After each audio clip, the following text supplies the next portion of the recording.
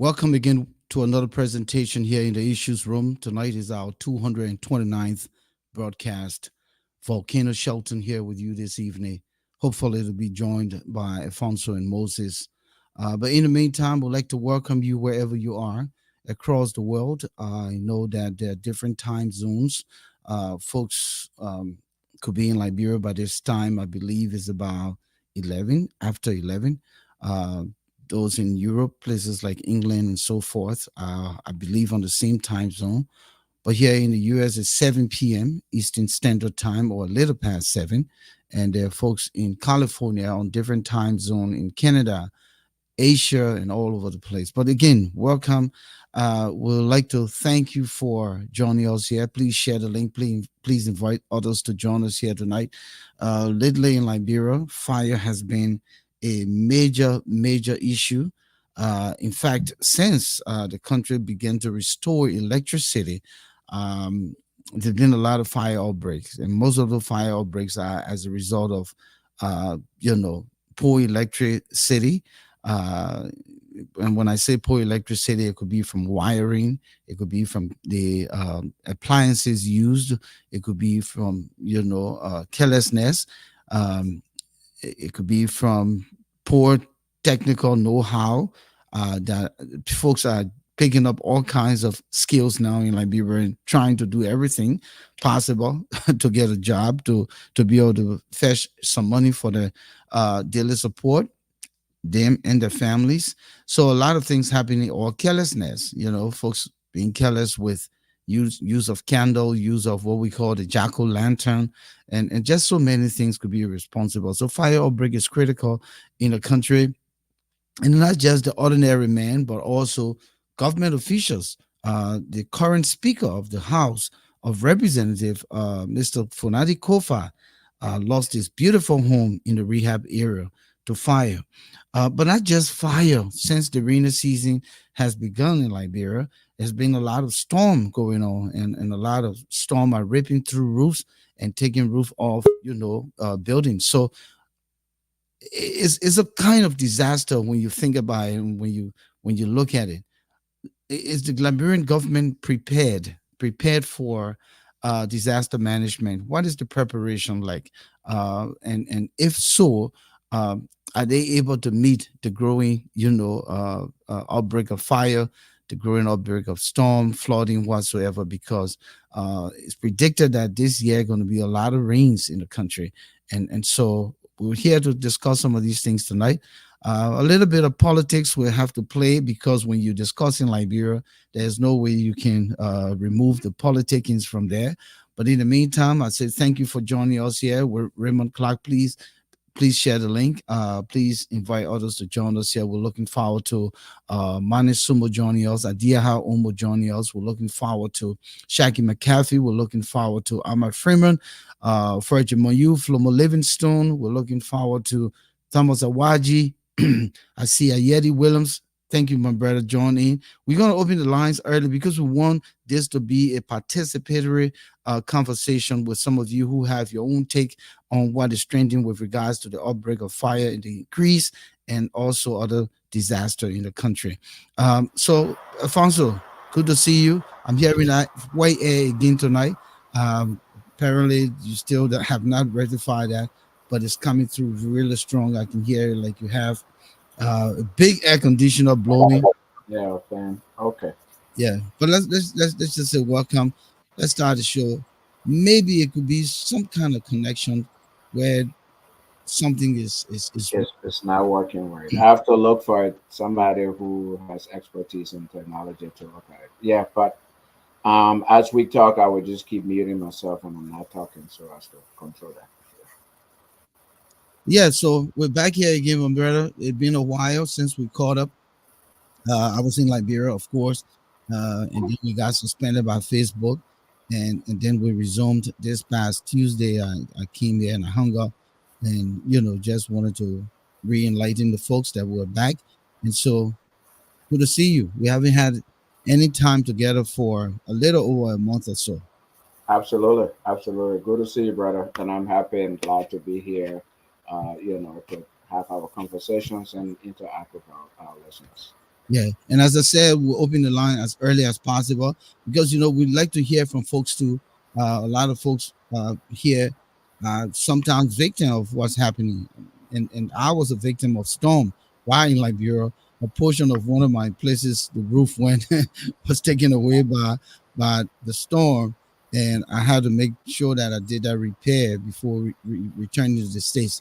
So, but let's start this conversation, Alfonso.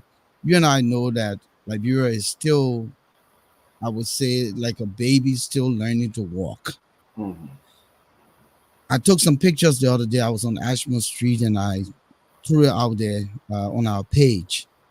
And I'm still looking at fire service sitting there, a small little building that has been there since before I was born, I believe. The same building still looks the same.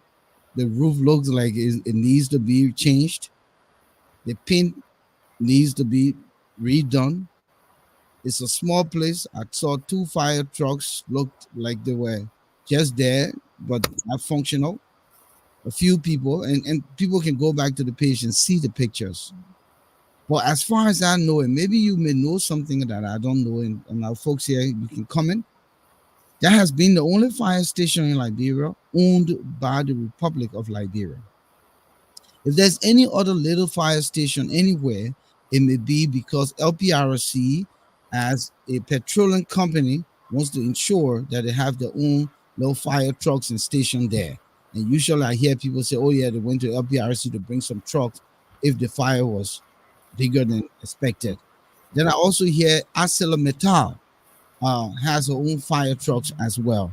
So a few companies that, you know, into more investment.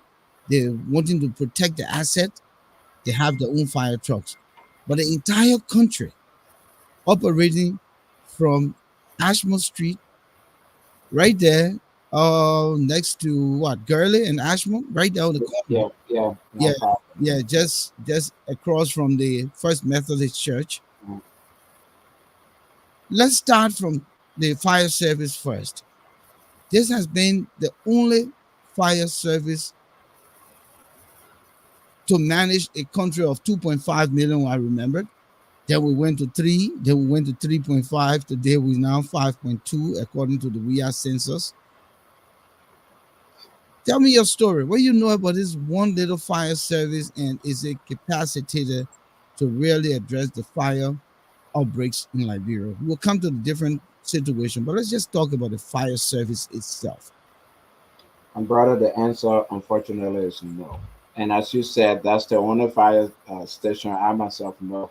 That one fire station on Ashland. And Thomas, what you said, it looks like an old little mechanic shop, Exactly. It looks exactly like a like mechanic. where to go to fix the fire trucks. Yes. And they sit there, and what I've seen of them is they sit there playing checkers and stuff like that, which playing checkers is not a bad thing, but whatever it is. I've always, every time I went on Ashburn Street, they were there playing checkers. But the thing, so to answer your question, no, the country unfortunately doesn't have the capacity to respond to fire disasters. I remember I was living in Bangladesh in the 90s, 80s.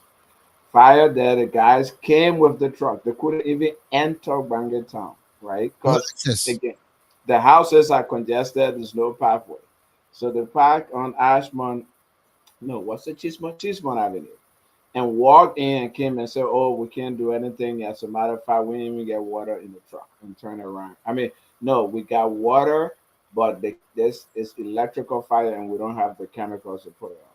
Now that's a congested community, so multiple houses got burned that night, and that unfortunately hasn't changed, and that's very terrible. That's just how backwards we've gone. Imagine over 30, 35 years ago, and we're still doing the same thing in the country, and that's just terrible. So wouldn't that be alarming for a country where the fire outbreaks continue to say, listen, this is not just the common man. This is not just the zinc shacks. Mhm. This is not just the congested communities. We saw what happened to Sir Joseph. We saw what happened to Funadi Kofa. Isn't it about time that the government takes this matter seriously? And the reason I'm asking you is because when you think about the fact that electricity now will become a thing of enjoyment. Matter of fact, I just got word that day before yesterday, LEC raided GS0. Most of the people ran from their home for fear of being arrested. Mhm. They had been on the electricity not paying bills. They call them direct connect, Mhm. and so LEC has a team that goes around and check to see who's stealing current. They call it, and then when you steal current and get caught, you are arrested, taken to Maryborough, somewhere in Dupo Road.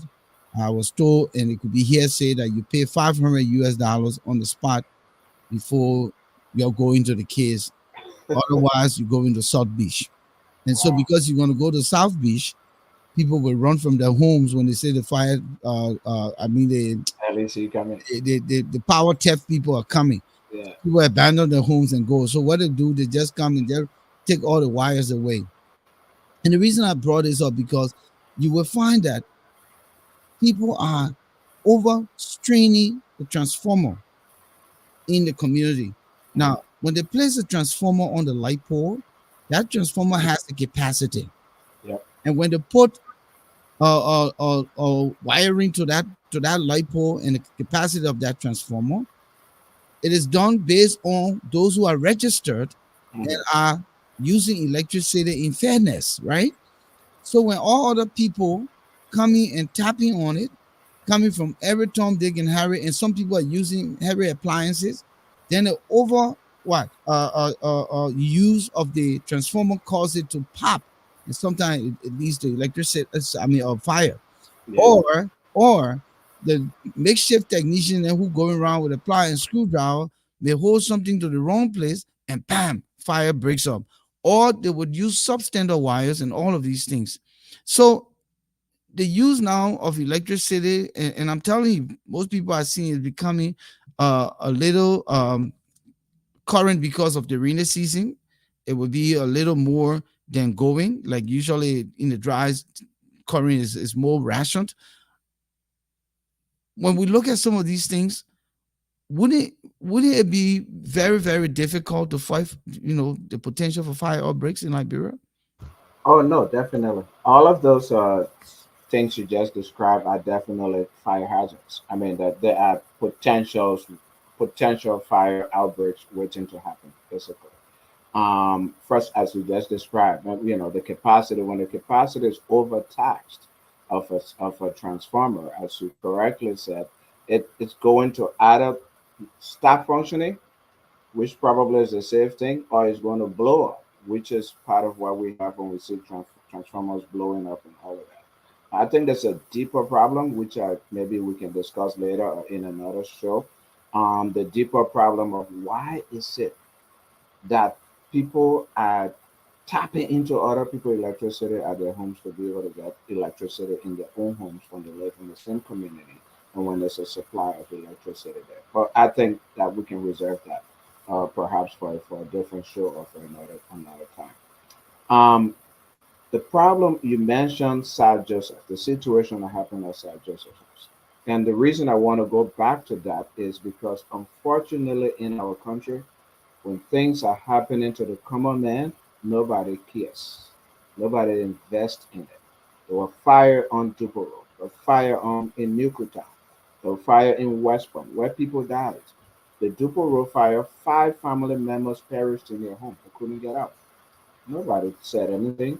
Senator Sir Joseph of Montserrado County did not propose any legislation requiring increase in the Budget. revenue in the budget and resources to the National Fire Service. As soon as fire happened in his house, he came on there and made a suggestion. Similarly with the speaker. So that has been the problem in Liberia. People who have the ability to get the right wiring in their homes, people who live in beautiful mansions and have the fire extinguishers and fire suppressants and all of that, don't care So about this is the image of Sir Joseph's home. I'm not yeah Sir Joseph. Donat. speaker Yeah. the speaker. Yeah, but as soon as it starts happening to them, then Recently, in the recently passed national budget, now the government has now increased the budget to the disaster relief agency and to the fire service. I was just as I was doing my own research on the national budget earlier today. The National Disaster Management Agency budget was increased to 2 million to help address disaster relief. And part of where you talk about storms and flooding and all of that. And then three million was allocated to the National Fire Service to train firefighters, procure fire trucks and other equipment to curb the growing wave of fire in the country. Unfortunately, this is happening, which is also fortunate because it's happening. But unfortunately, it's happening only after big shots houses and stuff, were also gutted by fire. So hopefully, the allocation of resources to these very critical agencies of government will help to address the problem. The training will be done. The resources you just showed the photo, the picture of Speaker Fonati Kofa's house on fire. The report from there, from Kofa himself and from the fire service director, was that the National Fire Service trucks arrived, I think, 2 or 3 hours after they were called and after the fire started. It was a private fire company that got on the scene before the National Fire Service itself got there. And they didn't have the necessary chemicals to fight the fire either. So that is precisely what the problem is in the country. And I think I'll end on this note, on this piece. Citizens, community people, the public need to begin to start talking to their legislators. If the person represents your county, as in the case of Sir Joseph, or represents your district, go to them, make demands. There's nothing wrong with a group of residents coming from Pinsville or from Depot Road and going to the legislator at the Capitol building, or if the legislator has a local office, and say, we demand to meet with you. What are you doing to, make sure that we have fire extinguishers in this place, that we have fire education, that the fire service is equipped to put out fires, that we have a fire substation in our area, at least some substation in Pinsville, so that we don't have to wait for people to come from Ashmore Street to come here to put a fire. I think it's about time that the victims, the citizens, and the potential victims begin to make demands on their representatives. And that's probably how we can address this.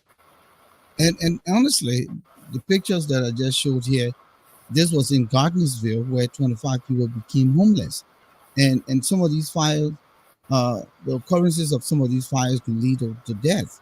Now, Yep. property damage is just the other piece to it, but losing a loved one or a family member, that in itself uh, poses so much, or requires rather so much attention.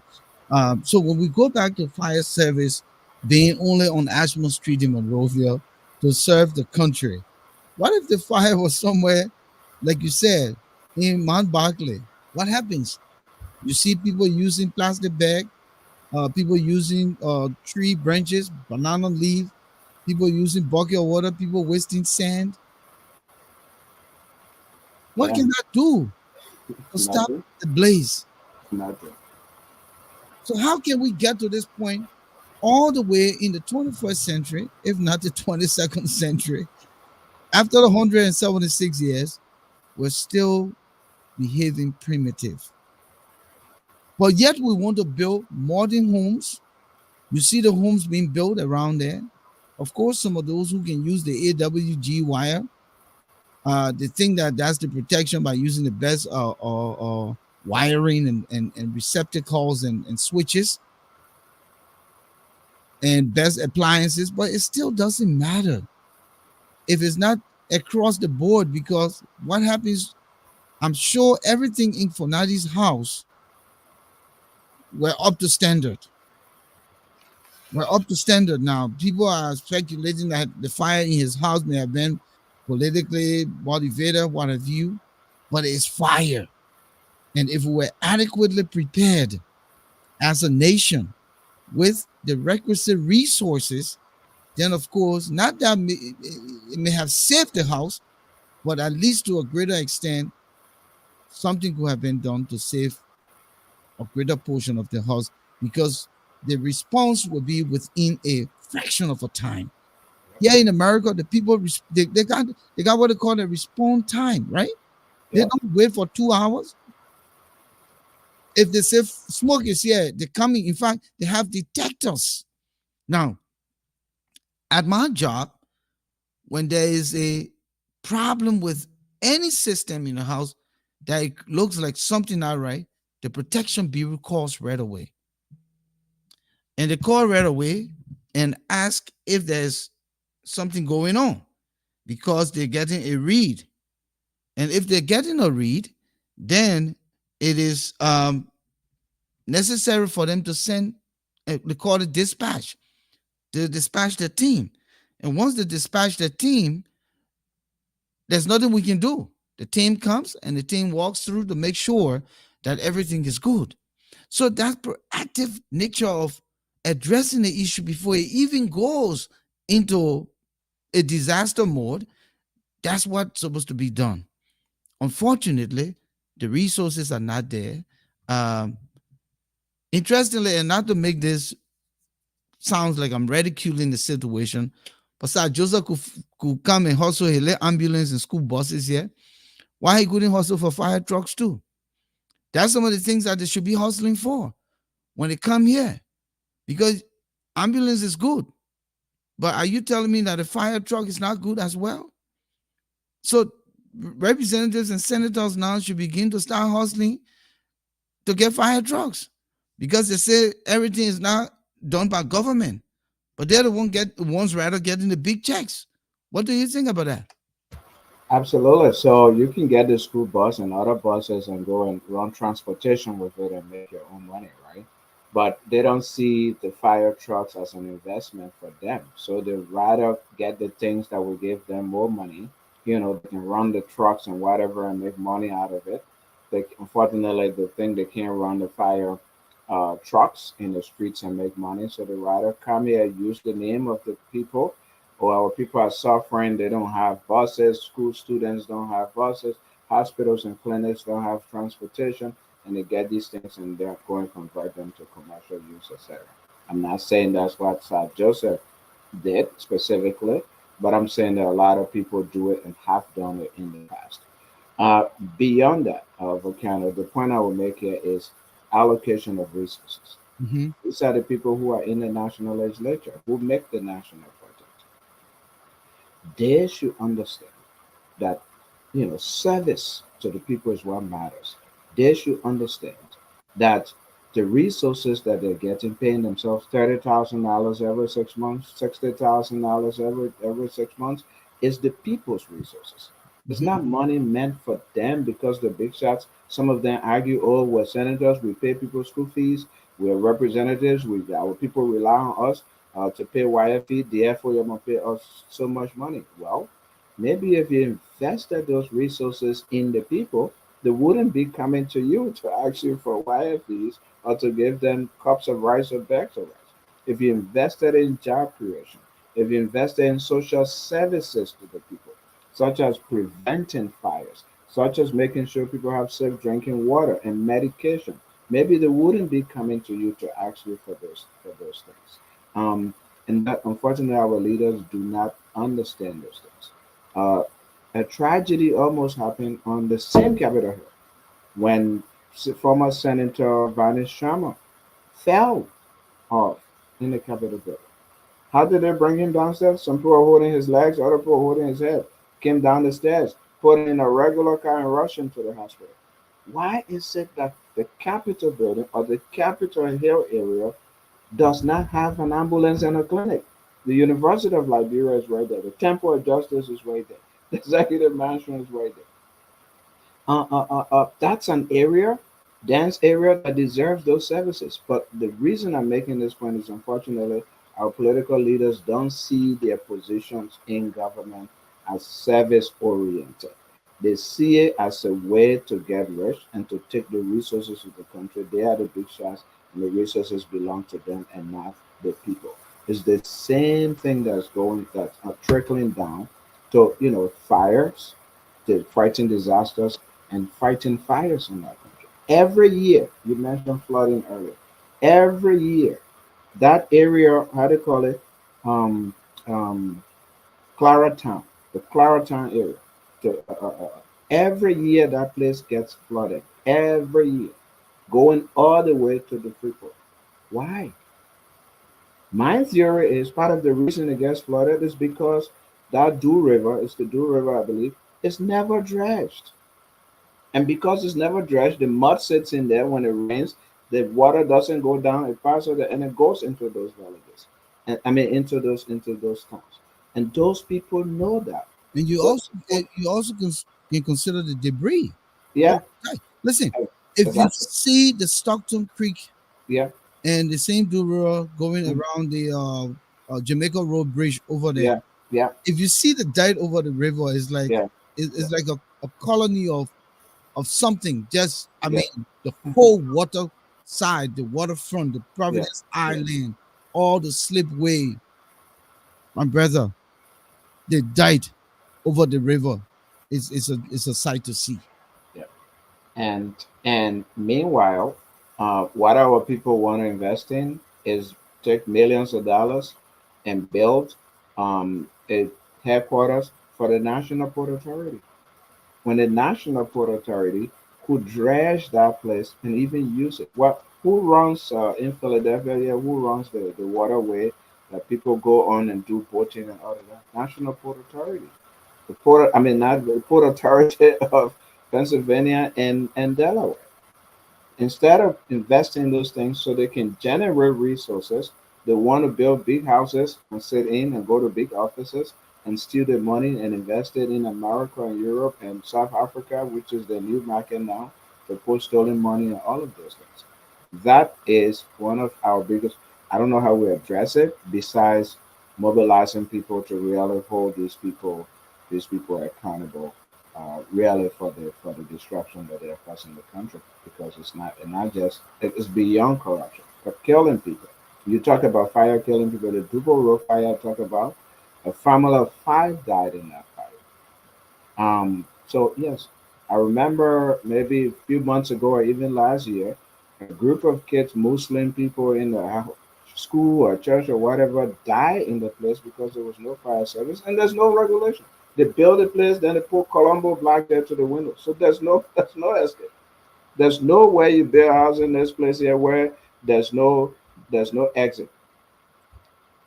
The beach shop build their houses, then they take the how do you call it? The big steel door and put it when the fire comes, well, the steel is so hot you can't open it, you sit inside and you die. So it's just not the fire service not having the resources, it's also the enforcement of building codes and regulations, the provision of fire hydrants, fire extinguishers.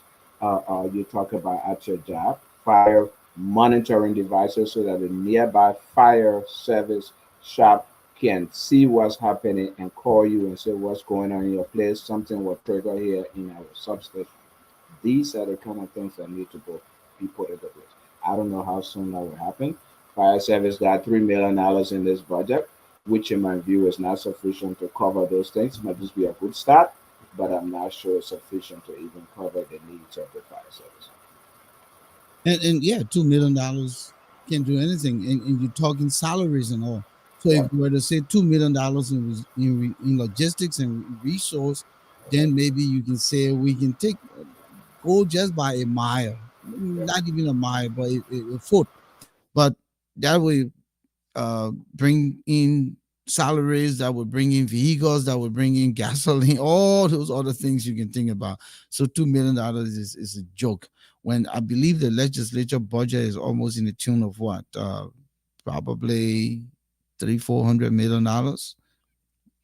Way up there, and you're talking about key institutions in the country dangling for resources. So again, folks, we are discussing the rise and the increase of fire outbreaks in Liberia, and we looking at some of the causal factors. And coming back again, I was sharing with Alfonso, with electricity increasing, the usage of electricity increasing in the country, and particularly the congestion in Monrovia and its environs. People are building all kinds of makeshift shelters. People are encroaching on people's properties. People are building in alleyways. People are having squatter rights, and so they can only build certain uh, structure, whether makeshift zinc shacks, what have you. But right now, I was just in Liberia this past Friday. Before I left, I would say Thursday, but Friday I left, and I went in the Marshall area, the Boys Town area, all the little warehouses around there that people got the land, they got electricity in them. They run the wire. The LEC people come and they put a meter. But do they go in those makeshift shelters to check what type of wiring, in there, and whatever appliances being used? I know they'll give full amp, instead of full amp, we'll put freezer on, we'll put what they call the air conditioner on, and we'll put this one on. But if that person takes some of that full amp and give it to somebody else next door, and that next door give it to somebody else next door, then of course there is a serious potential for fire outbreak, right? So things that supposed to be done even by LEC, all only because they want the money, or should they be ensuring that the electrification code for electrifying the standard of wire, the quality of appliances meet the standard for electricity? Because there's a ripple effect, and that ripple effect costs the LEC thousands and thousands of dollars. If you put a transformer here for a specific capacity of number of homes that's supposed to be sharing that transformer, and if people are over expanding that transformer's ability, of course it will crash. And when it crash, it takes about a year, before sometimes the community get a redress. So all of these things need to be thoroughly looked at. As we say, we want electricity. Just wanting electricity is one thing, but how uh, we provide it and to ensure that it serves the purpose. Because if it doesn't serve the purpose, it will create more issues for the people, and especially in those little enclaves, those communities, those squatter communities where everything is just makeshift. I mean, the people, and the other thing is the light bulbs now that they buy in the country, the light bulb is like plastic rubber. You try to screw it, it pops right into your hand, and then the wire look like it almost going to touch each other. And you got to wait until current go before you take a plier and try to screw it out of the socket. Everything almost. The percolator, I tell you my experience. I went to go plug the percolator, my man, the thing pop. That 220 hit me. I fell backwards I mean, I thought I was dead.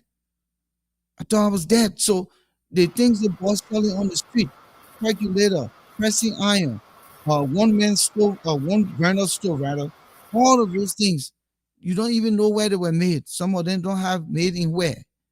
Come in, Alfonso.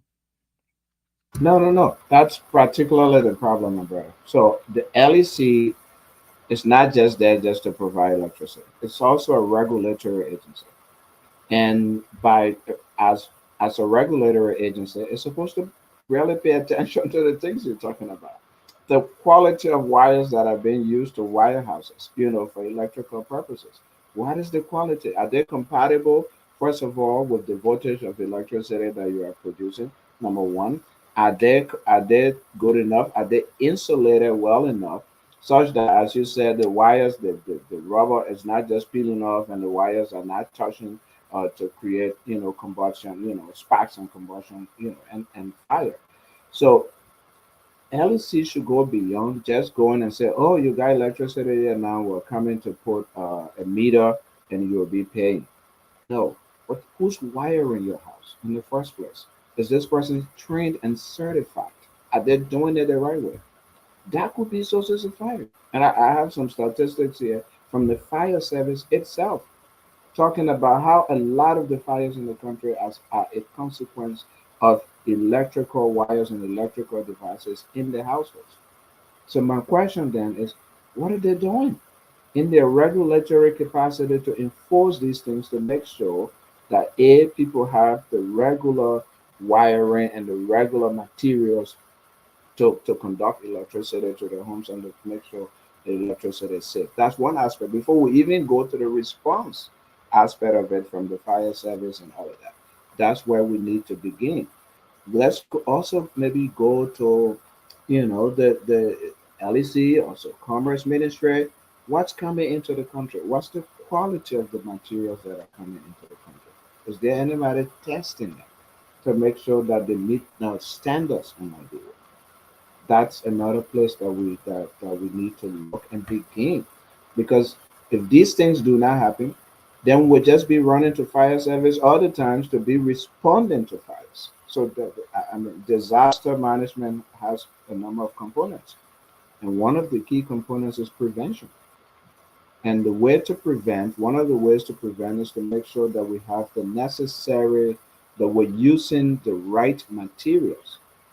And then the second layer will be education, educating people to make sure they follow. The third layer will be who's installing those things. And that's critical. If somebody comes and walk in the street and say, I'm electrician, I can wire your house, and they take that person to go wire the house, and the person does it wrongly, that's a disaster waiting to happen. And real quickly, the National Fire Service in Liberia put out some statistics. First of all, they said there have been 41 fires in the span of 2 months in Liberia. And of the 41 fires, according to the director of the fire service, uh, 12 were classified as Class A, involving combustible or turbo fires, while 3 were categorized as Class B, referred to as rapid able fires, and 26 were classified as electrical fires. Electrical fires, meaning electrical devices. Um, and incidents resulted in 11 deaths and 2 injuries. 11 people died within the space of the 2 months. In March, there were 11 fire outbreaks, consisting of 4 Class A fires, 1 Class B fire, and 6 electrical fires. 12 and 6, no, 26 and 6. So within the span of the 3 months, 2 months, we have 26 plus 6 fires in Liberia caused by electrical faults. LEC and everybody needs to begin to start looking at what's the root cause of these electrical fires that are killing people in the country. So again, we need to equip the fire service to respond rapidly. We need to educate our people on the dangers of fire and how to prevent them. But we also need to invest into and begin to investigate what's causing these fires. These electrical wires and devices that are coming into the country, are they safe? Are they up to standard? Can they conduct the voltage of electricity that's being provided? The people walking around the street city doing electrical wiring people houses, are they trained and certified? And when LEC goes to put a meter on a house, they have a responsibility to make sure it's safe before they put meter and start pumping pumping electricity into that house. That's a responsibility they have. And the contrary here, Alfonso, is that LEC is not doing that. So LEC, from what I know, will you go if you want to put electricity in your house. I believe the meter is about $150 and the wiring to get the house connected. But when they come there, they're only taking the wire from the pole to the meter box and leave it. Now the feeder line for the house through the what you call the breaker and the double throw, the local technician will do that. And I think that should be the other way around. I think LEC should be the one to go and do what we'll consider a safety inspection of the meter, of the double throw, to make sure those things are up to standard before they can help to connect the electricity to the meter box. So again, everybody wants to leave things haphazard, and as a result, we go into what we have with all of these fire outbreaks. And now, don't get me wrong, all of the fires in Liberia cannot be attributed to electricity. Some of the fires attributed some of the fires can be attributed to carelessness, leaving kids around candle and stuff happening. People smoking in the house and throwing a cigarette butt and not paying attention, and it catches fire. People using jack-o'-lantern. You remember the jack-o'-lantern, the one that can lead a black in the nose? The black smoke in your nose when you get in the money. Yeah, that can be a reason. Um, People cooking and leaving the food unattended, and it can cause fire. So a lot of things. So our education should be. I think the fire service should now begin to do a publicity and educational program on state radio, and that service should be provided free. I think LBS should be providing the kind of, because content is critical, even for LBS's own image. For LBS to grow her own audience, she needs to start to bring some of these kinds of programs on the air and for free.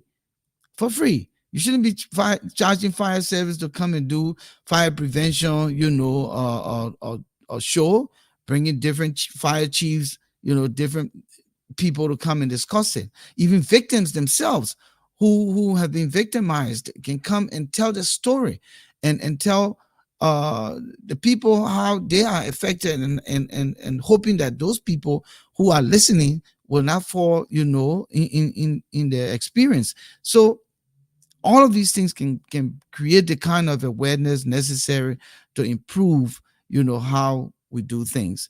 The Ministry of Commerce should come and talk to the Liberian people, telling them what are some of the products that they should buy. And we know that here in America we have the dollar store, but at least the dollar store, those stuff, consciously you're buying a dollar store item, so you would treat that dollar store item as if is a dollar store item, compared to if you were buying something from Home Depot or Walmart, right? You know it, but that's not the case in Liberia. Everything is put together, and so the Lebanese man will just sell you whatever, and you don't know the difference between there, and so you're buying stuff and you're carrying it out. Some people say, oh, the AWG wire, oh, they want a Chinese wire, oh, they want a this wire. But at the end of the day, the money, once the price is good, people will go for it, right? Without considering standard. If I went in the dollar store today here in America to buy anything in the dollar store, I know I'm buying a dollar store product. I'm not going to take that dollar store product and compare it to what I would buy in Home Depot and for the same use. You follow what I'm saying? Because I'm aware that I'm buying from the dollar store Yep. compared to Liberia. Mm-hmm. Commerce Ministry has a part to play. They have a part to play in terms of telling people what type of product on the market and for what purpose those products can be used, rather than everybody just buying and using for the wrong purpose. Definitely, you're 100% correct. Let's begin with LBS and other, local radio stations. They have actually they were created as service to the public. LBS was created to provide service to the Liberian people. So you're correct. They don't even need to wait. They shouldn't even wait for fire service to approach them and say we want to run a fire show. They should be creating content that provides service to the people, especially now that we're having such high rate of fires in the country. LBS should now say, how can we help?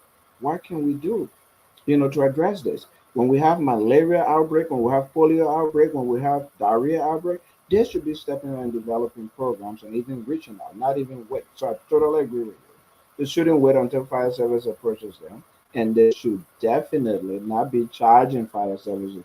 You got to pay us before you run airtime, because they were created as a service delivery agency of the government, and as a service delivery agency, yeah, carrying out the government service function of safety to its people. It should be ready and willing at all times to engage in providing that service, which is around safety to the people. So education is key, is critical. Some of the fires, as the fire service director said, are caused by exactly what you said: combustion, combustible stuff such as candles and all of these things. People cooking and leave these things unattended. The fire on Depot Road that killed a family of five was caused by a candle. They had a candle in their house. They went to bed. The candle probably fell down, and the place caught fire. Fire service didn't respond. community people took sand and bucket of water and throw in it. What can you do with that? How can you put out such as intense fire? So yes, begins with education. Definitely, education is critical, and it has to be an all hands on deck approach, whereby LBS and all the other agencies and media that can help with. The government can even approach private media institutions and say, we need we need your collaboration in this effort. Yeah, So because that it's a matter of public safety. it's public safety. So definitely, you can approach Spoon, you can approach any of those TV stations in the country and say, look, we need you to join us in addressing this national emergency. It's a national emergency. 41 fires in the span of 2 months, none of which has been successfully responded to. It's a national emergency. It's a national security issue. So everybody, all hands on deck. The Ministry of Information can approach them. The Ministry of Information can invite fire service and say, what can we do to address this problem collectively? And then it can be an interagency approach that brings the LEC, that brings commerce, that brings everybody on board, to address the problem. So, and again, one of the things I also thought about is the change of our voting system in the country. We were a 110 country, utilizing the American electrical standard. Charles Taylor came and brought 220, and today 220 causing a lot of death. 220, Jackie, my man, you gone. Compared to 110, 110. One time, I remember I was small. The people put the heater in the water. You remember the round heater we used to put I, in the water? I remember. And my old man said, "Go test my water and see if it hot now." I ain't boy, my man. I put my hand in the water. I take it, Let's say kick you, you fell behind.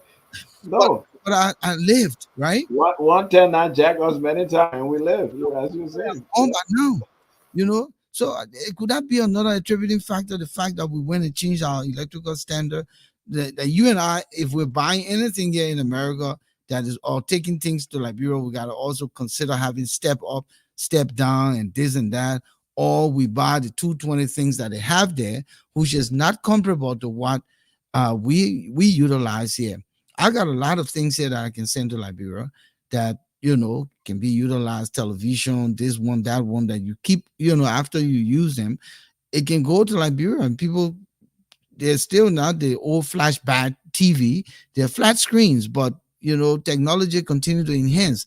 You're going from OLED, you go into high definition, you go into super high def. So if you want to change with technology, you change your TV, you got a TV, it's still utilizable. But if it's one thing, you send it as soon as somebody plug it, bam, it's gone, it's done. So could we go back to our days of 110?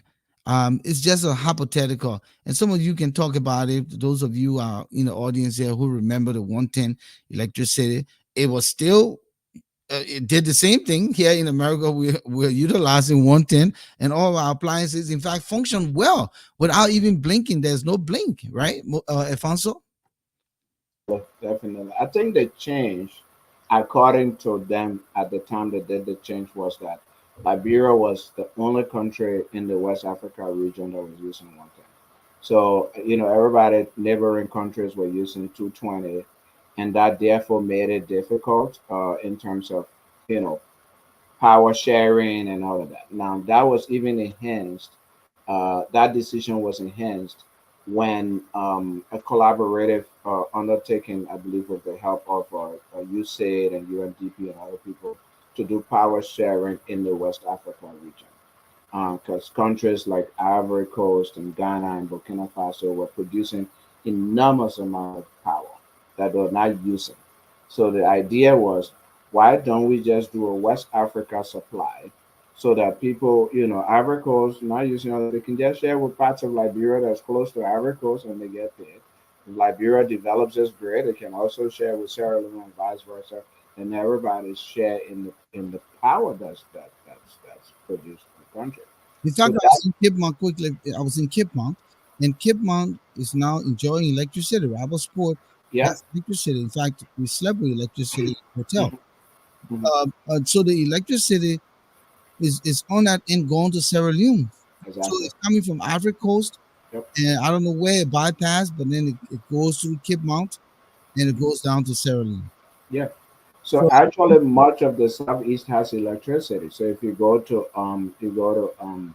the Maryland and River G and Grand G there, and then Nimba, parts of Nimba and stuff, they do have electricity there that is, brought into in like fact, the Ganta is yeah, is like it's lighted. It's is, lighted 24/7. yeah, Yeah, that's what I heard. I wanted that's to go there, but I didn't have the time.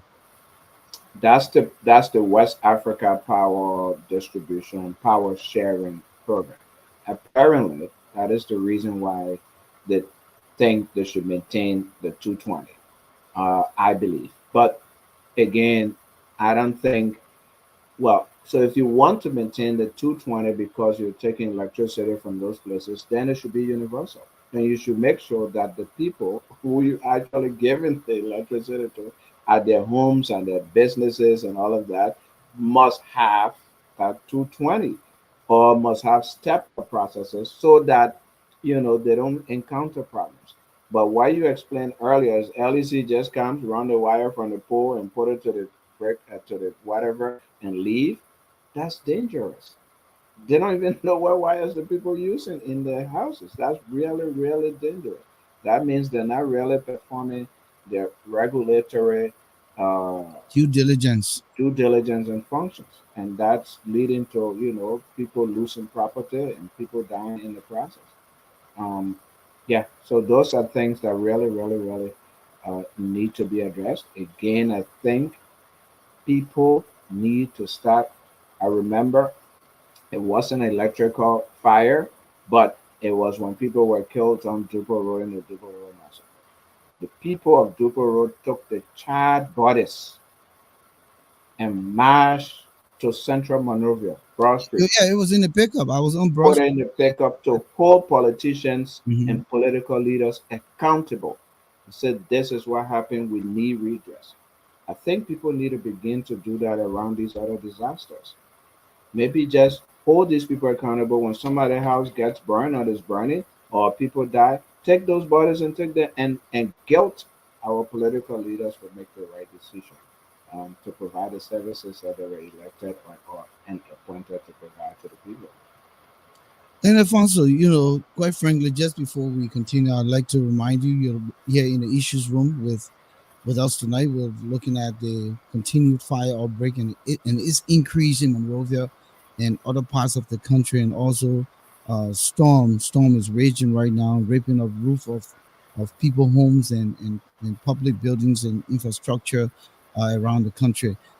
If you just join us, please share the link, invite others to join us here. We're here Tuesdays and Fridays, um, 7 p.m. Eastern Standard Time. Moses Sandy, Volcano Shelton, and Alfonso Yeno were here just to enlighten. And we want you to be a part of the conversation. We'll be opening the line in 5 minutes at 8 o'clock.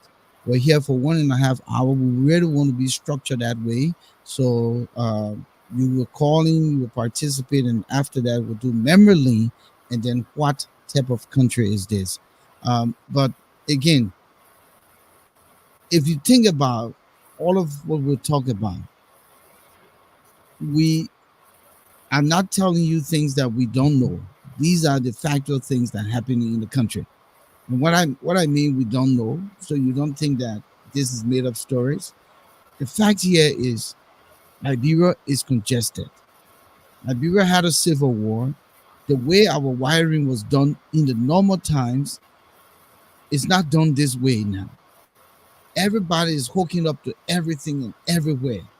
And as a result, just bringing the electricity in the country and say, here is it, get your meter and put your current on, it doesn't cut it until we have the right structure. Because, take for instance, Alfonso, here in America, if you decide to build your house from scratch, every component of that house has an inspector. The plumbing people, the electrical people, maybe it's one person, but who went to school and is technically trained to look at all of the different facets of the building structure, right? And they'll look at all of those things to make sure that they meet code, even the wiring, the very height from the ground to where your hand would touch that switch must be accurate. The receptacles on the wall, where they should be, how many receptacles in certain places, where the length of the door, the egress, the hallway, how many feet in the hallway, all of these things will be ensured before that house passes inspection. In Liberia, nothing of that nature takes place. Needless to say, congested community. I mean, you build your brand new house, your fence, only because there's an alley attached to your fence. People come and build a market stuff. Then the next thing now they turn it into a resident. Then they want to put electricity in that thing. And I call it a thing because it's a house. Then they want to live there full time. They want to poop there. They want to make diet there. And now it becomes a small little ghetto. Then they want chlorine there.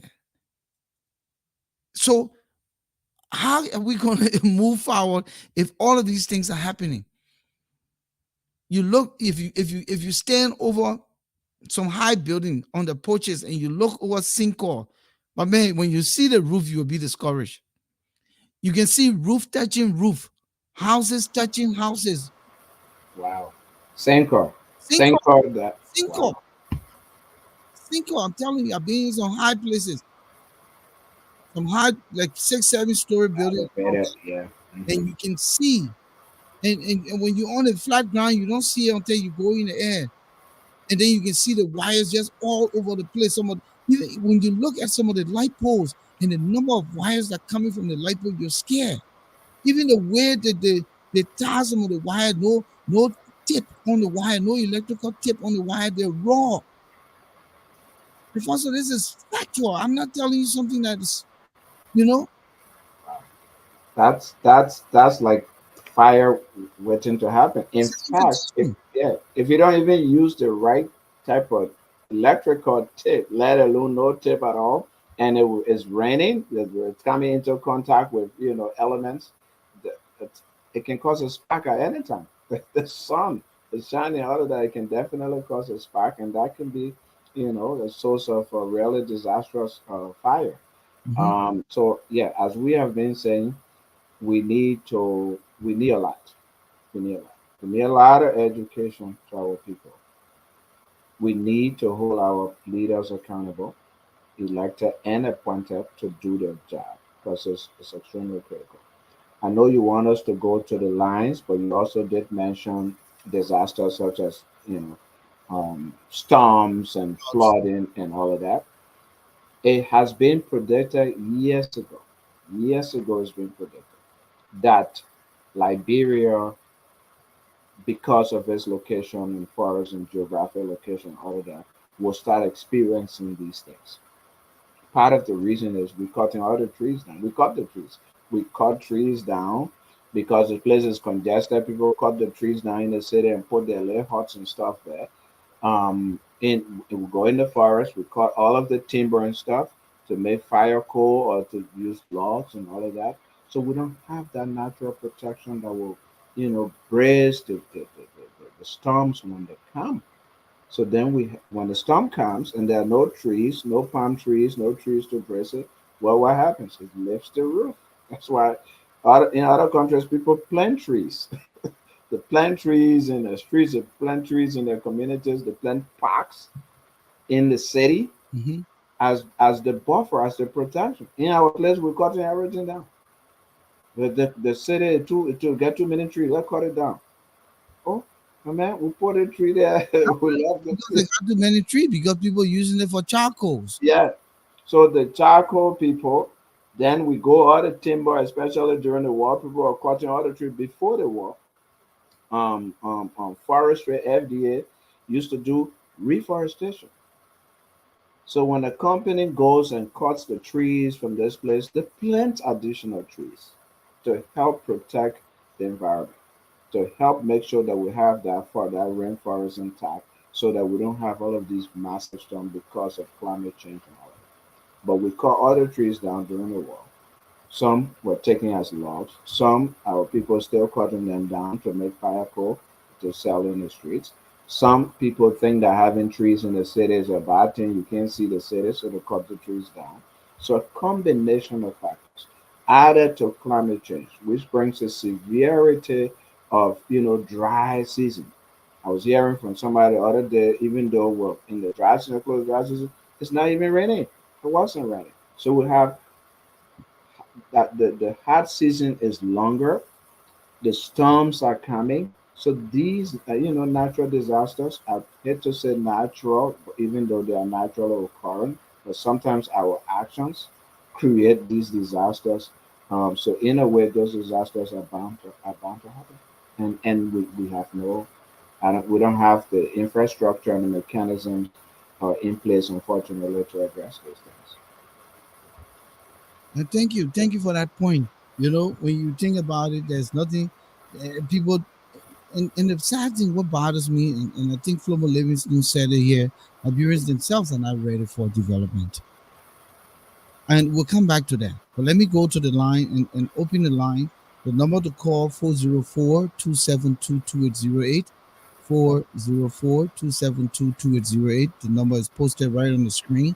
A lot of time people ask, where is the number? But it's right there on the screen. I'm sure that some of you can see it. But again, I'll put it right here in 404-272-2808. And I'm going to send it out right now so people can have it in the chat as well. Call and participate here in the conversation. What is your take on the increase in fire outbreaks in Liberia, the cause of death, uh, as one of the causes of death, and also property destruction in the country? We appreciate your participation. We're here till 8:30, so it's better you call now. This is your segment, so we can hear from you. We'll also, again, as I said, do memory link tonight. And what type of country is this? We want to stay within the time frame of an hour and a half because we know a lot of folks got things to do. And also, it's just professional broadcasting. So thank you for joining us. We'd like to quickly recognize Fluma Livingstone. We'd like to recognize Adia Haumo. Thanks for joining us. Christopher Wesley. I didn't know you were in Australia. Thank you. Sylvester Kabakoli. Thank you for joining us here tonight. We appreciate your viewership. Montreux Kringa, thank you so much for coming. Uh, Let me see. Someone said, oh, yes, Jimama. Jimon Cisco said, yes, they are back. I have been missing this show. Thank you, Jimamo. Thank you for coming through here tonight and joining us here. We appreciate your viewership. Please invite others to join us. Madam Mariam Sandy, thank you also for coming here tonight. Cole, Gloria Voka Moba, always good to see you. Raymond Clark, Selmon Dwapu, thank you for showing up here all the way from Liberia. Good to see you folks. We're here. See Ayedi Williams. Thank you. Thank you. While we are with the callers, let's welcome Moses Sandy E. Moses.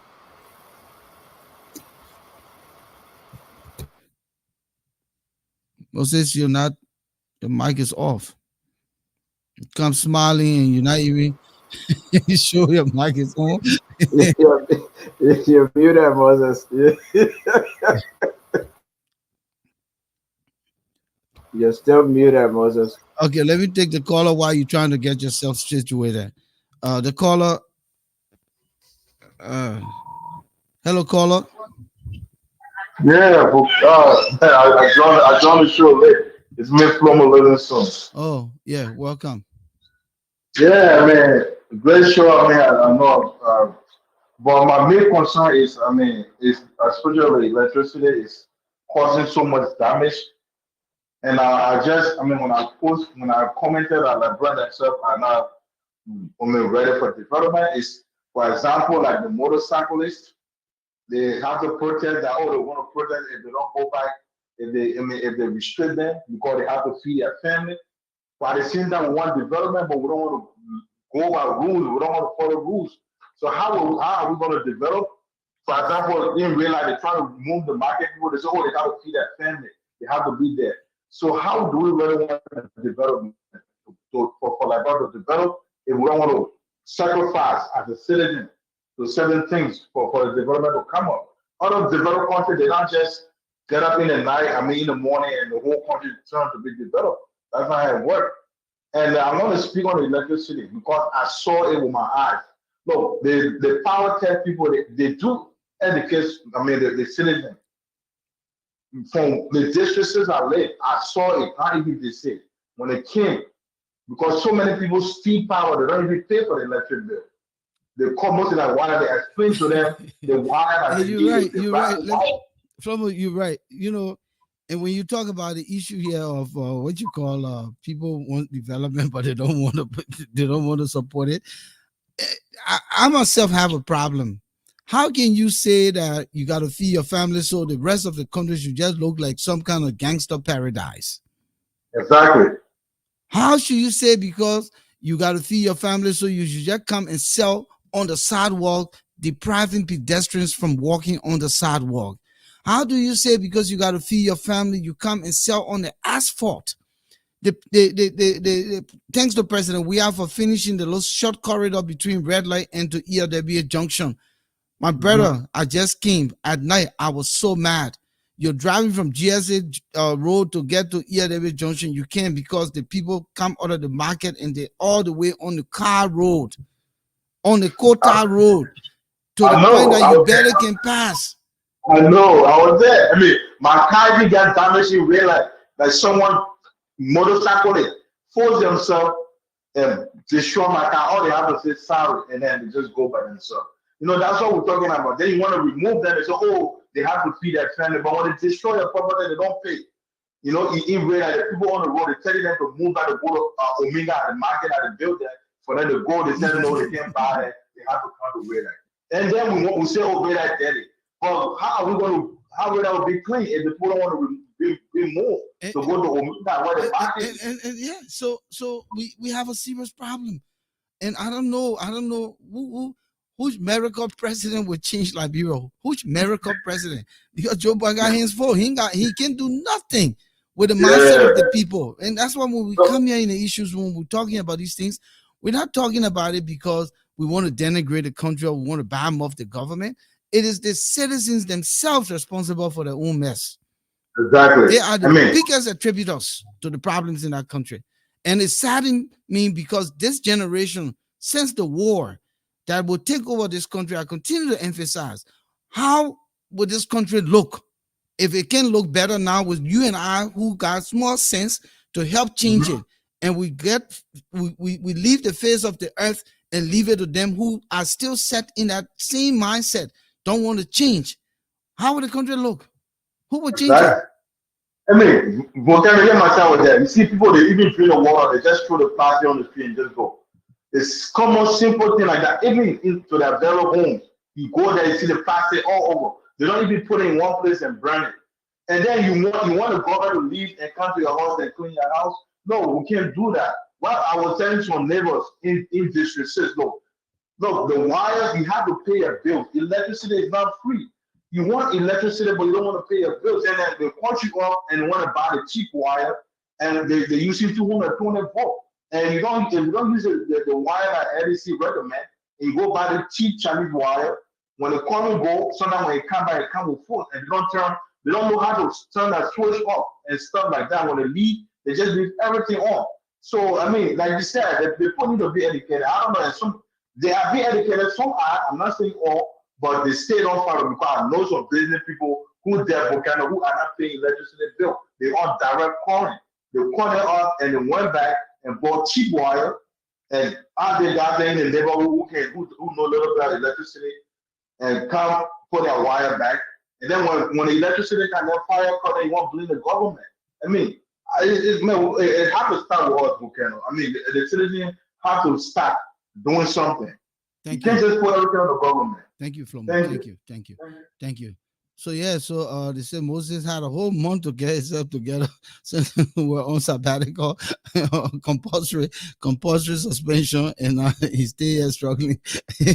But anyway, Gwen John Smith says here that if investors can come in the country, they employ those young boys, then they will get them off the street. But man, how do we employ the people? The people ain't got skills. The time the people supposed to be going to vocational schools now and preparing themselves, they are bikers. So how will we do this thing, Alfonso? And also, I mean, she makes an important point, but I would say to that as well, it's a combination. Yes, let's bring investors and employ people. I mean, giving people jobs in the country is a good thing and is a safe way to drive the economy. But I don't think the government is trying to say, don't be bikers to transport people. Before President Weah came to power under Mrs. Johnson Sirleaf administration, we had bikers, but they were limited to arteries, to local arteries, not the major streets of the city.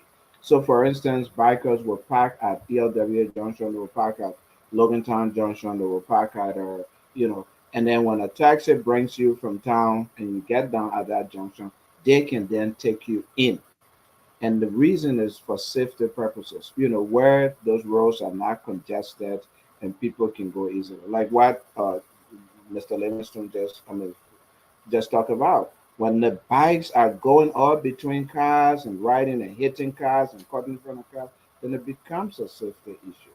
So I think the approach here is not to say let's take their livelihoods from them. It's like let's create a balance. You can still use your bikes to transport people, but A, you have to get a safety devices and safety equipment. And B, you can't be in congested areas like the major streets and city center that are congested. Since you threw this bike thing, let me just demonstrate some examples here for you, so you understand the danger associated with this. I was just a victim. I was using a friend's car. I was taking the car back this past Tuesday. Was stopped 19th Street to 20th Street. It's the only traffic light that's really functioning at 20th Street. And waiting there for, the traffic to open up. The rain's falling. This car comes from my back and just slammed into the people car and damaged the whole bumper. I was quick to jump out of the car in the rain, soaking wet, jump on him and grab him. Then he's there begging me. He said, I wronged you, but I beg you. The motorboy brake failed me. But you were flying coming. I had to get the police involved. It took us 2 days to get settled. They begged until they paid only $45. When I spoke to my friend to do the work, it was $190. So I'm just saying this to tell you that they caused the problem and they can't, solve the problem. All they want to do beg. Now, how can you get on a motorbike with a panel door? A panel door. And you hold the panel door across the motorbike between you and the rider, and you cannot see where you're going. When you're holding the panel door, your whole vision is blind, but the panel door is wide, so it's filling the entire lane. And the motorbike guy is trying to bob and weave between cars with a panel door. Tell me, my people, what civilization is that?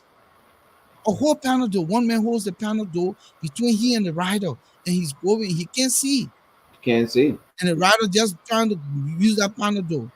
How much more about a man holding 10 pieces of steel rod from the back, holding onto the steel rod? He's not even caring about his life, and the steel rod is long by 32 feet. So it's 32 feet in the traffic, dragging on the asphalt, scraping the asphalt, and they're going. Wow. Wow. Wow. These are sites I'm telling you about. Mhm. And they're going through police checkpoint with nobody cares. Nobody cares. How can the man have this 3, 4, 5 bags of cement in the wheelbarrow? The wheelbarrow is on the asphalt. He's holding the two handle and the going And the motorbike carrying. carrying. Wow. I've seen some things in Liberia, and I'm standing there, and I said, nobody cares. So these are the things we're talking about. That just because of safety, but it doesn't present good image. You have international partners coming in the country. You have investors coming in the country, and you really got to deal with this kind of site. It shows lawlessness. It shows an uncivilized society. It shows that the people are not willing to change. And then when the government wants to put in small measures to ensure safety, some decency, some transport or traffic rather or adherence to regulations, and then you vote. I mean, rather you riot against it. Now, the vice president coming in to appeal so they can do modification. What do you think that means? I know what it means. The same way we are softening it up. I know what it means. Is this what we're going to do to our country every time? So how are we going to make any change? Mhm. Any change for that matter? If every time we want to take measures that will make the country look decent, that will protect lives and property, that will hold us to a certain standards, we bring political influence into it and soften the implementation of those regulations we want to put in place. How will we move forward? Moses, are you good now? Moses, you're not good yet, man. We can't hear you. You have 1.5 months to straighten yourself up. We can't hear you, my man. Okay, we'll come back. So, how are we going to do this, Alfonso? It's a challenge, and I think it has to be a combination of factors. First of all, the government has to be resolute about implementing policies. When you come up with a policy and a program, you must be sure to implement it, especially if it's a good policy. In this case, I would say that um, the safety is very critical. Taking motorbike riders out of the major streets is extremely important. My own cousin died just sitting behind a motorbike and a motorbike vibing weaving. His knee hit against a vehicle, a passing vehicle. He fell. He didn't have a helmet, didn't have anything. He cracked his skull and he died. And you're talking about the stories you're just explaining with people carrying bags of cement and cars cross. I mean, doors that are crossing 2, 3 lanes, hitting cars and pedestrians and everybody crossing. That's not a way to say people earn a living because they're really not earning a living. They're killing other people in the process. They're endangering themselves in the process. You don't want your people. That's why you don't want your people dying and endangering their lives as a way of earning a living. There are safe ways to earn a living. So it has to be a common. I agree with Gwen. We need to create jobs. We need to find investment. We need to find training opportunities and all of that. And that's why I say it has to be a combination of factors. They have to leave those major arteries because they're creating a safety problem. You can put them on the local roads to be running. That's a way they can earn a living. In addition to that, we can take some. The government can even say, look, you have a motorbike. We want to see if there are other ways by which you can earn a living. So let's do this way. Let's see. Let's put 3, 4, 5, 10 of y'all together. Let's give you a loan so you can start a different business other than a motorbike business. So there has to be other approaches, but definitely I don't think they should be in the streets. I want to stop here because Moses just came and I think Yeah, let's see. Let's see if it's good. Moses, you muted, so unmute yourself and try again. Unmute yourself. You're still muted. Okay, go ahead. We're still not hearing you. Yeah, we're still not hearing you. We can't hear you, Moses. There's a probably log off completely and come back in. Maybe that will fix it. Yeah. Yeah. And this is what Thomas Awaji is saying here. If the government don't stop trying to appease everyone, the country is doomed. And I'm a big proponent of getting our country back to where it's supposed to be. I'm not going to say where it used to be, but where it's supposed to be, because we got to advance. We got to go. We got to go. We got to go forward, Alfonso. This thing is serious. but G Gwen is almost a doctor there, my man. Rescue uncle. everything, everything, everything we want to do, there's some kind of political influence. Yeah, Everything. Then how would the country go anywhere? it would not go anywhere until we enforce the laws. You just Yeah. got to stand firm. Our problem, yes, go ahead. The Liberian people are not stupid. They know, but Yep. they're playing the system Mhm. to their advantage, and Yep. the politicians are playing the system Yep. at the peril of the country. What do I mean? A politician wants to rerun or wants to run again for electoral or elected position, and they have the power of influence in this dispensation, they will ease the tension, they will modify things, they will play with the enforceability just to ensure that the people say, oh yeah, at that time, now our man Jeremiah Kuna fought for us, so so we give it to him. Or our Darius Dillon that fought for us, so we give it to him. So you're using politics to plant your future seed, but at the detriment of the country's improvement. And the people are buying into it because they don't want to conform to conventional standards and to improve our society. And my brother, it saddens me that you and I are we ready to live in Liberia under this situation? No. But don't we want to go home? Yes. Yeah. And wouldn't we make impact in Liberia? We don't have to work in government. But the 2 or 3 people you employ in your little business area, you just alleviated the burden of government. Exactly. But until the country becomes an enabling environment for all, then this is where we are. So political influence to modified implementation of rules and regulations and to hold people accountable is the killer to advancing our country. And the weakness of the Liberian people to even say, no, enough is enough. We want change and we want to improve our society. That is where the line is drawn. And of course, we're not going anywhere. Yeah. Totally agree with you. Until the laws of the country are enforced, no matter who's involved, no matter our political interest, until the laws are enforced, we're not going anywhere. The biggest problem Liberia faces, has always faced, is the refusal of our leaders to enforce the law or to enforce it in a way that only benefits only their people and at the detriment of the other people. This is a public safety issue, and it's, unfortunately, it's being politicized when it should not be politicized. It can be enforced. We're not saying the regulation is not saying that people shouldn't ride motorbikes or shouldn't transport people on motorbikes. Is that it must be done safely. But not only that it must be done safely, they must ensure Yep. that they have helmets. They Yep. must ensure that they register the bike, Yep. that insure the bike, That should be insured. and they must be identified. Yep. Yep. That's The bike that hits your car and you had to pay the $200. If there was insurance, that man probably wouldn't be begging you. He would just give you his insurance papers, for example. Oh, but So they forced me to put insurance on my car. on your car, but the bikers are running around and knocking people down And just you trying to be it. surprised. They're the ones making more money than the taxi drivers. Yeah. They charge the highest fees in the country. Mhm. The bikers and the keke from ERW Junction to Boys Town. I decided to ride public transportation because you never know. You want to get a feel of the Mhm. environment.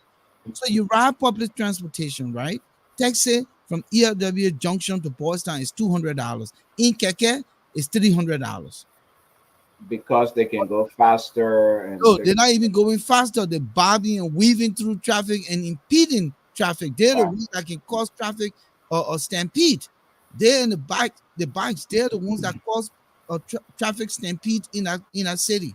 Mhm.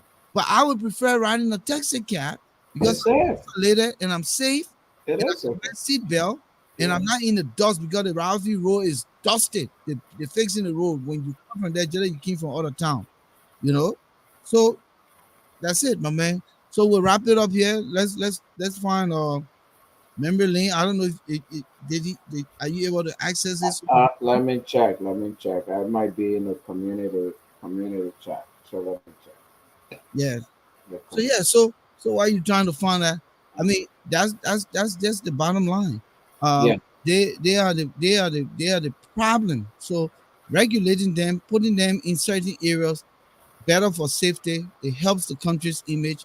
It makes it better than for us to continue to say, oh, the people got to feed themselves, they got to feed their family. Yeah, feeding your family don't mean you must do it at the detriment of greater Of, society. of other people. No, no. Can't do that at the greatest. I don't know whether this is the most recent. I believe it is. That's the most recent I see here. Guinea and Conakry something. The one I see here said the peace train. All right, let's just go with that because we Yeah, haven't done it in a long time. So just go with yeah. that. All right, the peace train. Who is a leader? By Sumo, Dr. Sumo. And lo, I can dream that peace has come to Liberia. From dreaming, I can assure you that peace is here. And Joseph Newman Boakai and George Weah agrees with me. Yeah, most of all, you agree with me as well. But you see, when the term idiot was used as technical descriptor by the Greeks in medical, education, and regulatory context long before the 20th century, man did not know that the term idiot had a more profound meaning until today. The term was broadly rejected by the close of the 20th century and is now considered offensive or insulting. But when the Greeks used to use the word idiot, they were not insulting you. Because the Greeks divided human leadership into three categories: one, idiot; two, tribesmen; and three, citizens. Unless you understand your role in society, you can never make any meaningful contribution. Studies show only 10% of Africans are citizens. The remaining 90% are either tribesmen or idiots. So, when the Greeks used the word idiot, they did not use it as a curse word. Idiots are people who just don't care. If they write exams, they will cheat. If they are in government, they will steal. An idiot does not care at all. They do not respect the rules of a trash bin or traffic light.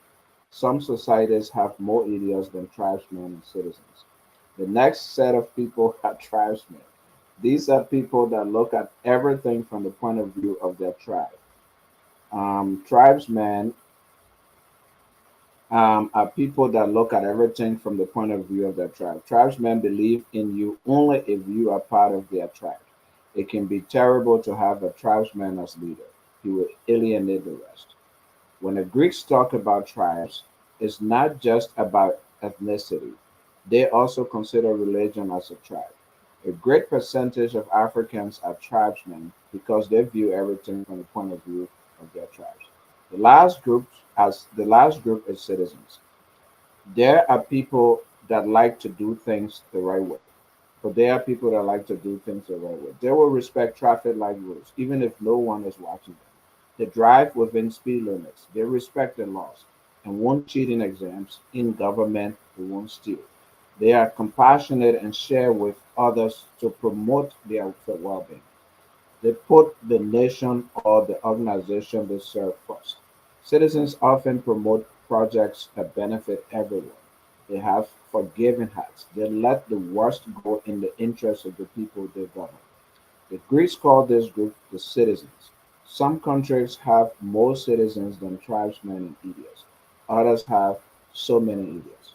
The good news is a tribesman can become a citizen through orientation, and an idiot can become a citizen by training and constant enforcement of the law. Things fall apart if you elect an idiot or tribesman to lead you if he has not been reformed. Preaching divided politics is an indicator of a tribesman or idiot. Shifting blames, justifying, and revenging is an indicator of a tribesman or idiot. Where do you belong? Are you an idiot, a tribesman, or a citizen? Reflect about your life. Reflect about your organization and country in general before you answer. I've been so sad to see that Liberians refuse to support our recent leader, whom I see as a citizen. But I have been happy lately, so happy to know that Eula had a citizen as their leader.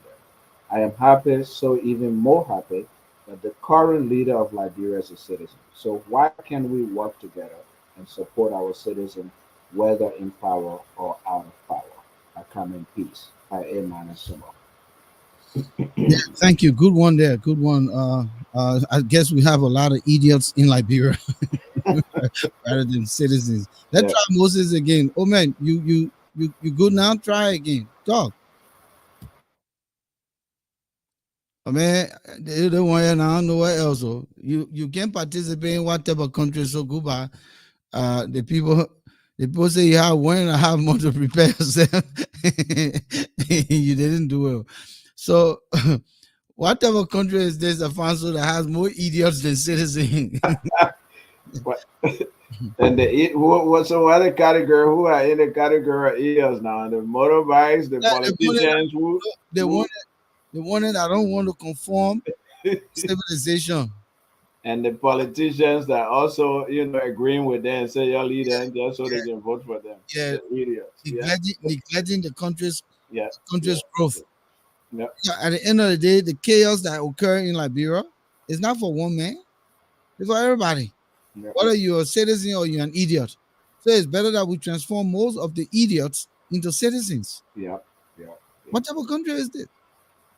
But what type of country is this that a motorbike rider would not give a crap, all because the man wants money? He allows a passenger to sit behind him with a whole panel door. Panel door? Really? And riding through the principal streets of the city. What type of country is this? And people are justifying it that it's okay for them to do it because they have to earn a living at the detriment of other citizens. Wow. What type of country is this? Somebody does something to you, the first thing that comes from the mouth, sorry. What type of country is this? You literally destroy somebody's property. You can see the damage. You agree that it is damaged, and then you say sorry. That sorry will fix it. No accountability. No accountability. That's it. No sense of responsibility. Thomas Awaji, what type of country is this where the citizens protest against good governance, law and order, and development? What type of country is this? Thomas, you're right. Protesting against good governance, law and order, and development. That must be a country of idiots. That's true, a country of idiots. What type of country is this, Flomo Livingstone? That most Liberians only concerned about food, what we eat. They've been concerned about food since 1980. And nothing has changed. They want rice business here in the country. What type of country is this? Only concerned about eating. Only eating. We gotta eat. But we'll not follow the law. We'll not do anything that's right. No our family. Yeah. How we eat. When you take off in the street now, then how we feed our family? Mike Davis said, Moses owed the LEC. What type of country is this? Just messing with Moses. Why the two people Moses and them?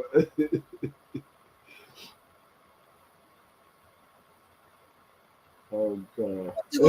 There's every time when something's supposed to take place and good for the country, some kind of big politician will come and you utilize the power of influence to modify or euphemize the whole process, and then we'll get nowhere. What type of country is this? Who is this? Politicians also be influencing anything in Liberia? No, especially when it comes to carrying on the law. You see, Alan Sumo, what type of country is this? The issue room refused to hear Moses Sandy's voice after 1.5 months of break. What type of country is this, Christopher Wesley, where the implementation of policies are ignored? Thomas Awaji, what type of country is this where the president promised the War and Economic Crimes Court and won? Now people are complaining. And the man said, yes, I will do it. I will do it from day one. And they voted for him for that promise. Yeah. And he's the only one who living up to his promise within that clause. Joe Weah said he was going to handle it. When he got to it, he said, let the people talk for themselves. All right, my man, not yet for that yo-yo. Yeah. And I want the Liberian people won't let him say. Eddie Johnson said, no, I'm part of it here. Now the Ome come, they say, oh, that wage hunt. What type of country is this? They want this, but they don't want it. Yeah, they want it, and next day they don't want it. Yeah. But wait a minute, didn't it? So the people just think that this country will just remain the way it looks now. Is this how Liberia supposed to look? Yeah. The caliber, the type of leaders we elect, Leaders are there. and that's why minus almost what type of country it is. The name is very apt. It's very apt because it rarely deals with the problems in the country, and the type of people we have are leaders, unfortunately, idiots and tribesmen. Hmm. So we got a long way to go. Yep. We got a long way to go. What type of country is this, Flomo Livingston, that politicians are concerned about re-election instead of developing the country? Yeah. Because that's why they come and infuse their presence in these things so that the people can gravitate toward them when it come time for elections. And this is not good for this country. What type of country is this when politicians buy clothes and drinks for Zogo during election campaign? After election, they forget about them. I guess they'll go stop eating and wearing clothes after. Oh, yeah, they're on their own right now. They're on their own. 2028, they'll start coming around for 2029. But gentlemen, it was good, man, that you could come in here, Alphonso, brother. It was a good one. We will catch up here on a Tuesday, God's willing. I'd like to thank all of our viewers here tonight. Please continue to love us, like us, follow us on Facebook, share the link. As usual, this is your community platform. We're here to enlighten. We're here to discuss the things that matter to our country and the diaspora. And we think that tonight's topic was necessary because we're losing a lot of structures in the country and including lives. And not only that, government needs to do a lot more with regards to helping ensure that the fire service bureau is equipped and the disaster management team is equipped. Other parastatuses that are involved in the approach, including the public relations piece we talked about, Alfonso, the Ministry of Information, LBS, Lena, and all these uh, uh, broadcast platforms around the country to come in. Let's do what we consider public awareness to improve things. One of the things that Flomo Livingston talked about, and I was going to talk about it prior to him, is that one of the ways now to prevent some kind of electrical fire is to turn your breaker off when you're leaving. So you can make a one switch breaker that you just turn it off and go, and no current. So when the current comes, it's not going to hit anything. And then when you come, you turn it on yourself. You're not touching the panel box. It's just a switch that will switch the whole thing off. Yes. And I think a lot of people begin to utilize that, and it will hopefully help to save the day. But thanks so much to everyone for showing up here. Anything you want to add? No, except to welcome you back. It's great to be back. It's been a month. Welcome back from Liberia.